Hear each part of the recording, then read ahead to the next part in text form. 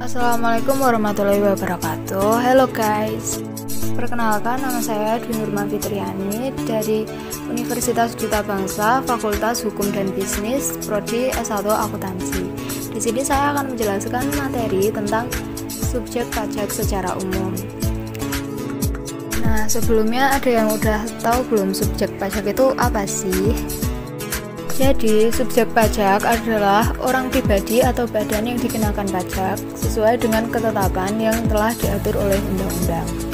Setiap subjek pajak memiliki kewajiban yang berbeda dalam membayar dan melapor pajak. Begitupun dengan hak yang diperoleh setiap subjek pajak berbeda-beda. Macam-macam subjek pajak. Subjek pajak dibagi menjadi 4 kategori, yaitu yang pertama yaitu subjek pajak orang pribadi. Bagi seluruh warga Indonesia atau warga negara asing yang tinggal di Indonesia maupun di luar negeri, namun memiliki pendapatan dari Indonesia, maka diberlakukan pajak orang pribadi. Yang kedua yaitu subjek pajak badan.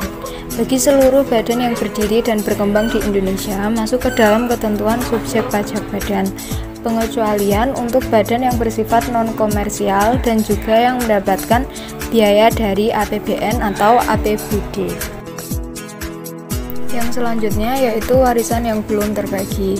Bagi seluruh pewaris yang akan membagi dan menurunkan warisannya, maka pewaris wajib mendaftarkan harta bendanya dan membayar pajak sesuai dengan ketentuan yang berlaku untuk subjek pajak dengan kategori warisan yang belum terbagi. Yang terakhir yaitu ada subjek pajak bentuk gedung usaha tetap.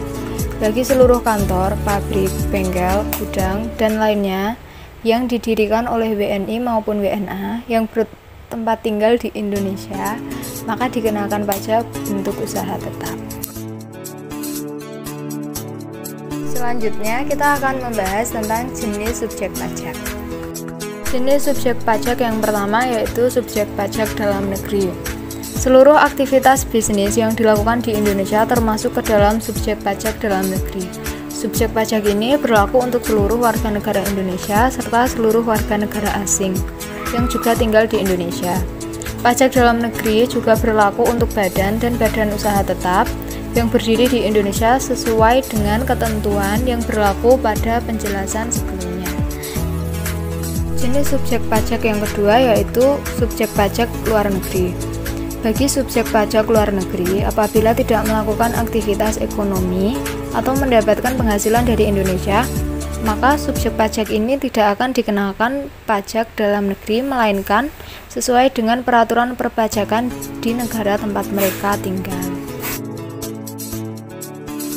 Demikian materi yang dapat saya sampaikan. Apabila ada salah, saya minta maaf. Jangan lupa like, comment, and subscribe.